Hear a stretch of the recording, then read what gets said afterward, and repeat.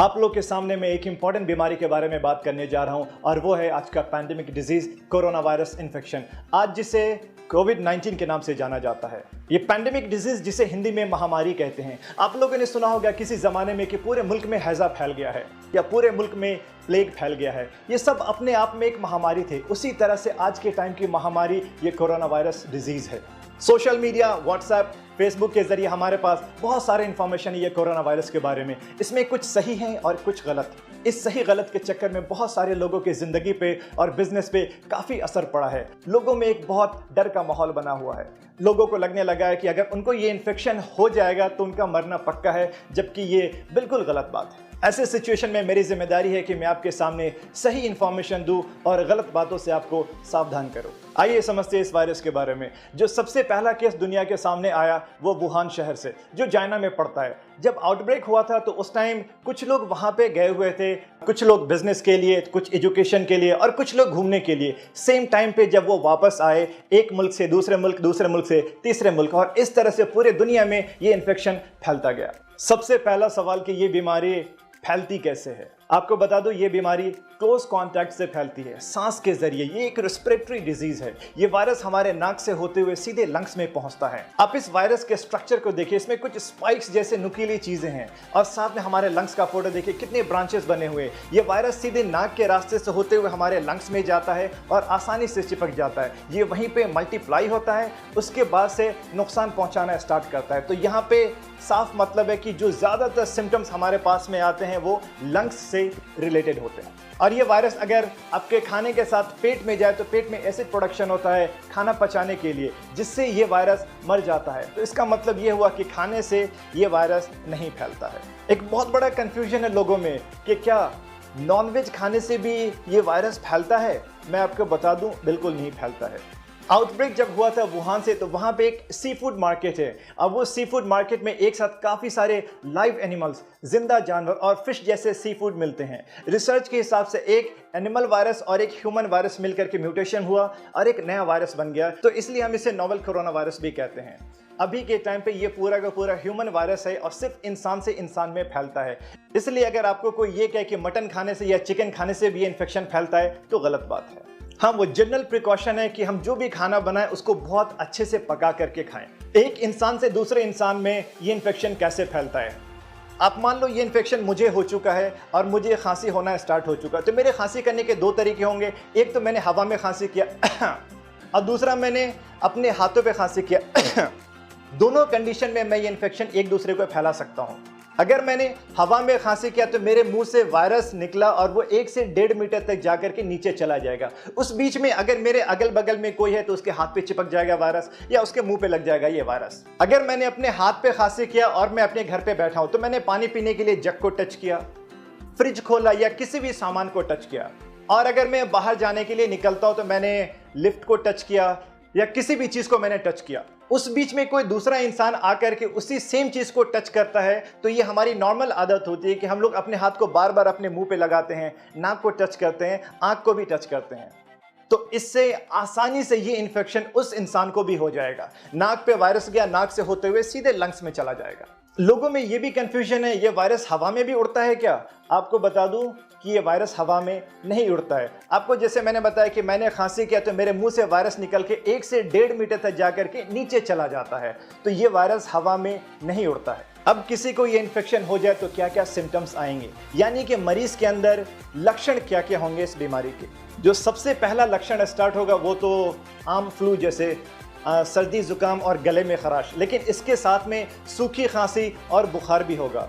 मतली जैसा यानी कि उल्टी होने का मन भी होगा पेशेंट को, और धीरे धीरे ये सिम्टम्स और ज़्यादा बढ़ते जाएंगे वक्त के साथ में उनकी हिस्ट्री भी देखिए कि पिछले 10 से 12 दिनों में वो किन किन जगहों पे गए हैं। ये अगर वो जगह पे गए जहाँ पे ये इन्फेक्शन बहुत ज़्यादा फैला हुआ है तो फिर ज़्यादा चांसेस है कि इनको ये इन्फेक्शन हो सकता है। लेकिन इसका मतलब ये नहीं अगर किसी को भी सर्दी जुकाम और बुखार है तो सभी को ये इन्फेक्शन है। आप साथ में ये भी देखिए उनकी हिस्ट्री के 10 से 12 दिन में किन किन जगहों पे गए हैं। अगर ये उन जगहों पे गए जहां पे ये कोरोना वायरस का इन्फेक्शन बहुत ज़्यादा फैला हुआ है तो हाँ, ऐसे केसेस में ये बीमारी होने के बहुत ज़्यादा चांसेस हैं। 80 to 85% केसेस में सिर्फ माइल्ड सिम्टम्स आते हैं। माइल्ड का मतलब कि ज़्यादा सीरियस सिम्टम्स नहीं होंगे, हल्का सा सर्दी जुकाम और बुखार। लेकिन 10 से 15% केसेस में ज़्यादा सीरियस सिम्टम्स आते हैं कि जब सांस लेने में तकलीफ होने लगे, गले में बहुत ज़्यादा दर्द होने लगे, जैसे सिम्टम्स लाइक अस्थमा और दमा जिसे कहते हैं, इंग्लिश में शॉर्टनेस ऑफ ब्रेथ या डिस्निया हो जाए। अब तक बच्चों में ये बीमारी ज़्यादातर नहीं देखी गई, लेकिन इसका मतलब ये नहीं कि बच्चे 100% सेफ है। ज़्यादातर बड़े लोगों में इस बीमारी का असर देखा गया है।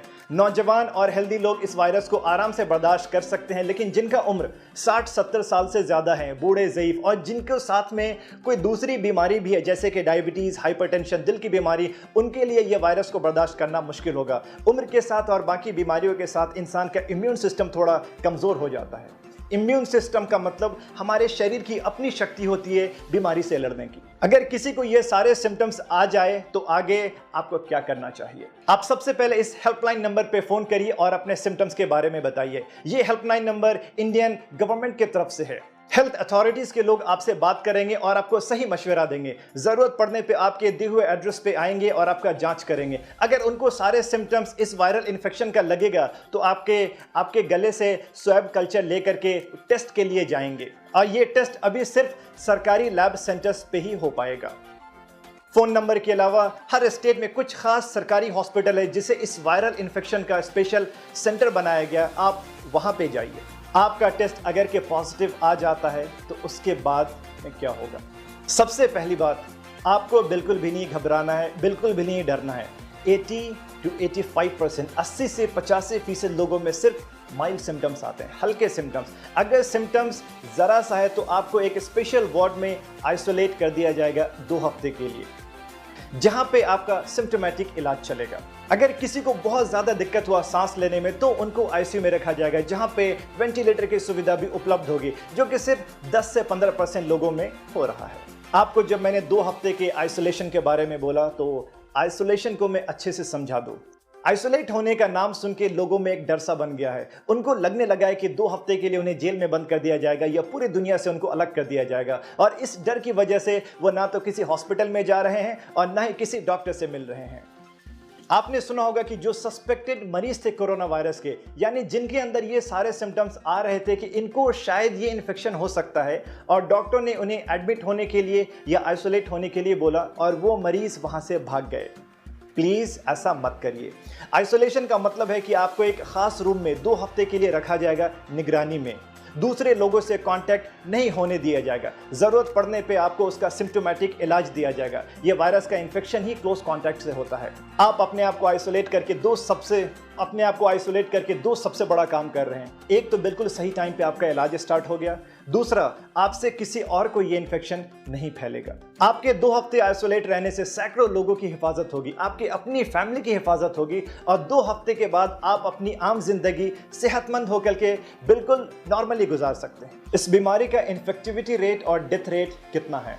आइसोलेट होने पे जब इतना फोकस किया जा रहा है तो उसकी सबसे बड़ी वजह है इसका हाई इन्फेक्टिविटी रेट, यानी एक इंसान से दूसरे इंसान में बहुत तेजी से फैलता है। सबसे पहला केस दुनिया के सामने दिसंबर 2019 में आया था, लेकिन आज 21 मार्च के सुबह तक पूरी दुनिया में 2,75,000 से ज़्यादा लोग इन्फेक्टेड हो चुके हैं। इंडिया में 235 लोग का केस अब तक पॉजिटिव हो चुका है, और सस्पेक्टेड केस और भी बहुत ज़्यादा हैं। लेकिन एक अच्छी बात यह है कि इसका डेथ रेट 4% से भी कम है, यानी कि अगर 100 इंसान को इन्फेक्शन हो जाए तो डेथ सिर्फ 3 या 4 लोगों में हो रहा है। और वो 3-4 लोग जो इन्फेक्टेड है वो भी जो ज़्यादा बूढ़े, ज़ईफ हैं या जिनकी इम्यून सिस्टम बहुत ज़्यादा कमज़ोर है। आपको अगर ये इन्फेक्शन हो जाए तो उसके बाद आपका इलाज कैसे होगा? अगर आपको सिम्टम्स नहीं हैं तो आपको होम आइसोलेशन के लिए मशवरा दिया जाएगा। अगर माइल्ड सिम्टम्स है तो आपको एक स्पेशल वार्ड में आइसोलेट किया जाएगा, जहां पे आपको निगरानी में रखा जाएगा और सिम्टोमेटिक इलाज दिया जाएगा। सिम्टोमेटिक इलाज का मतलब है कि आपको जो भी तकलीफ है वो तकलीफ को कम करने की दवा दी जाएगी। अगर आपको बुखार है तो बुखार की दवा दी जाएगी, खांसी है तो खांसी की दवा दी जाएगी, या उल्टी हो रहा है तो उल्टी के लिए दवा, पेट में दर्द है तो पेट दर्द की दवा। अगर केस बहुत ज़्यादा सीरियस है, यानी कि सांस लेने में दिक्कत होने लगी है, सांस की प्रॉब्लम है, तो ही ऐसे सिचुएशन में आईसीयू की ज़रूरत पड़ेगी। अभी 100% कोई भी स्पेसिफिक मेडिसिन या वैक्सीन मार्केट में नहीं आया है। अब इस बीमारी को आगे फैलने से कैसे रोका जाए? आपको जैसे मैंने बताया कि इसका इन्फेक्टिविटी रेट बहुत ज़्यादा है, यानी 1 से 2, 2 से 4 और 4 से 8 बहुत आसानी से फैलता है। अगर किसी एक इंसान को ये इन्फेक्शन हो जाए और हमने उसको एक जगह पे आइसोलेट कर दिया तो उस इंसान से आगे नहीं फैलेगा। या खुद हमने अपने आप को ज़्यादातर लोगों से दूर रखा, वो इसलिए कि हमें पता नहीं है कितने लोग इन्फेक्टेड है, तो हमने अपने आप को बचा लिया। ये आइसोलेशन और ये दूरियां ही इस इन्फेक्शन को आगे फैलाने से रोकेगा। आगे हमें क्या क्या प्रिकॉशंस लेने चाहिए? सबसे पहला, लाइफस्टाइल मॉडिफिकेशंस। हर बात पे हम लोग अपना हाथ मुंह पे लगाते हैं, नाक को टच करते हैं। ये आदत हमें बंद करना होगा। अपने हाथ को मुंह पे मत लगाइए। खांसी हाथ पे करते थे पहले, अब अपने बाजू पे करिए। ये वो जगह है जहाँ पे आप आसानी से टच भी नहीं करते हैं और आसानी से बाद में आप अपने कपड़े को भी बदल सकते हैं। आपको अगर सर्दी जुकाम है तो प्लीज़ मास्क पहनिए ताकि दूसरे को इन्फेक्शन ना फैले। मास्क गीला होते ही बदल लीजिए। आपको मास्क के बारे में बताता चलूँ कि जो जनरल मास्क है उससे 100% सेफ्टी नहीं है। सर्जिकल मास्क या N95 मास्क से काफ़ी हद तक सेफ्टी है, लेकिन N95 मास्क सभी के लिए रिकमेंडेड नहीं है। जो हेल्थ केयर के लोग हैं, जो मरीज से बहुत क्लोज रहते हैं, उनके लिए ये बिल्कुल ज़रूरी है। एक एंटी पॉल्यूशन क्लॉथ मास्क है जो यूज़ कर सकते हैं आप, और सुबह से रात तक मास्क लगाने की भी बिल्कुल ज़रूरत नहीं है। लोगों से दूरियां मेंटेन करना काफ़ी होगा। बाहर किसी भी पब्लिक एरिया में जा रहे हैं तो प्लीज़ मास्क लगाइए। हाइजीन मेंटेन करिए। लगातार हाथ धोते रहिए, सैनिटाइजर से या साबुन से हर 3-4 घंटे पे। सैनिटाइजर शायद हर किसी के पास में ना हो, लेकिन साबुन हर जगह पे है। अगर आप बाहर के एरिया से अपने घर के अंदर जाते हैं तो प्लीज़ अपने सारे कपड़े बदल लीजिए। हाथ और मुंह को बहुत अच्छे से धोइए। भीड़ में जाने से अपने आप को रोकिए, वो शादी की भीड़ हो, राजनीतिक भीड़ हो या कोई धार्मिक भीड़ हो। हाथ मिलाना और गले मिलना अभी बंद करिए। हर इंसान से 2-3 मीटर की दूरियां मेंटेन करिए। ज़्यादा अच्छा है कि अपने आप को कुछ दिनों के लिए लॉकडाउन कर लीजिए। अपने घर की सफाई सूखे झाड़ू से नहीं करिए, बल्कि सीधे पोछा लगाइए। वो इसलिए कि अगर एक इन्फेक्टेड इंसान ने खांसी किया तो वायरस 1 से 1.5 मीटर उड़ के नीचे जाता है और वो ज़मीन में लग जाता है। आपने अगर सूखा झाड़ू लगाया तो वो हवा में फिर से उड़ेगा और दूसरे को इन्फेक्शन फैलाएगा। तो ज़्यादा अच्छा है कि सीधे आप मॉपिंग करिए, पोछा लगाइए डेटॉल या सेवलॉन के पानी से, और ज़्यादा से ज़्यादा पका हुआ खाना खाइए, गर्म पानी पीजिए। आपको मैं दोबारा रिमाइंड करा दूं कि 80% लोगों में सिर्फ माइल्ड सिम्टम्स आते हैं। तो क्या इस बीमारी को हल्के में लेना चाहिए? बिल्कुल भी नहीं। आप में से जो लोग हेल्दी हैं, यंग हैं, आपको इन्फेक्शन हुआ आप बर्दाश्त कर लेंगे, लेकिन आपके घर पे रहने वाले या अगल बगल में जो बूढ़े ज़ईफ़ लोग हैं या जिनका इम्यून सिस्टम कमज़ोर है, वो इस बीमारी को बर्दाश्त नहीं कर पाएंगे। ये इन्फेक्शन बहुत ही तेज़ी से फैल रहा है। जो हालत आप इटली के देख रहे हैं, हालत आप जो इटली की देख रहे हैं न्यूज़ के ज़रिए, वो हालत हमारे हिंदुस्तान में ना फैले। आप अपनी हिफाजत खुद करिए। आपकी हिफाजत ही सबकी हिफाजत है। एक इंसान से दूसरे इंसान तक फैलने का जो चेन बन चुका है, हमें वो रोकना है। लोगों को एजुकेट करिए, सबको इस बीमारी के सिम्टम्स और प्रिकॉशंस के बारे में बताइए कि ये बीमारी से कैसे बचा सकता है और इसको आगे फैलने से कैसे रोका जा सकता है। प्लीज़ घबराइए मत और डरिए मत, एक दूसरे का हिम्मत बढ़ाइए। अभी सबसे इम्पॉर्टेंट है इस बीमारी से लड़ने की और इसको ख़त्म करने की। आपके पास, हमारे पास जान है तो जहान है। आज के टाइम पे shopping malls, cinema theatres, schools, universities सब बंद हो चुके हैं सिवाय हॉस्पिटल के।